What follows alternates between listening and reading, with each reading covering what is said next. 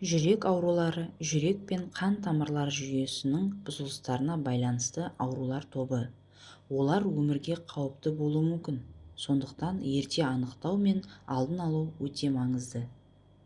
Жүрек ауруларының негізгі түрлері: жүректің ишемиялық ауруы, жүрекке қан бармауы, инфаркт, жүрек талмасы, жүрек жеткіліксіздігі, гипертония, қан қысымының жоғары болуы, жүрек ырғағының бұзылуы, аритмия, қан тамырларының бітелуі, атеросклероз. Себептері: ұзақ уақыт бойы жоғары қан қысымы, темекі шегу, артық салмақ пен семіздік, физикалық белсенділіктің аздығы, дұрыс тамақтанбау, майлы, тұзды, тәтті көп тағамды пайдалану, қант диабеті, стресс, ұйқының бұзылуы және де тұқым қуалаушылық.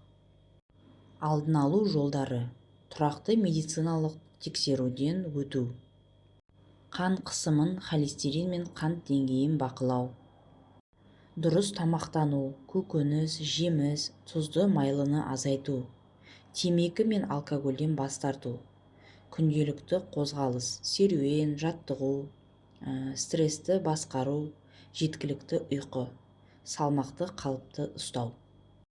Есте сақтаңыз, жүрек ауруларының көбі алдын алуға болатын аурулар. Салауатты өмір салты жүрек саулығының кепілі. Денсаулықтарыңызды сақтап, салауатты өмір сүріңіздер. Сау болыңыздар. Менің каналыма тіркеліп, лайк, комментарий жазып кетіңіздер.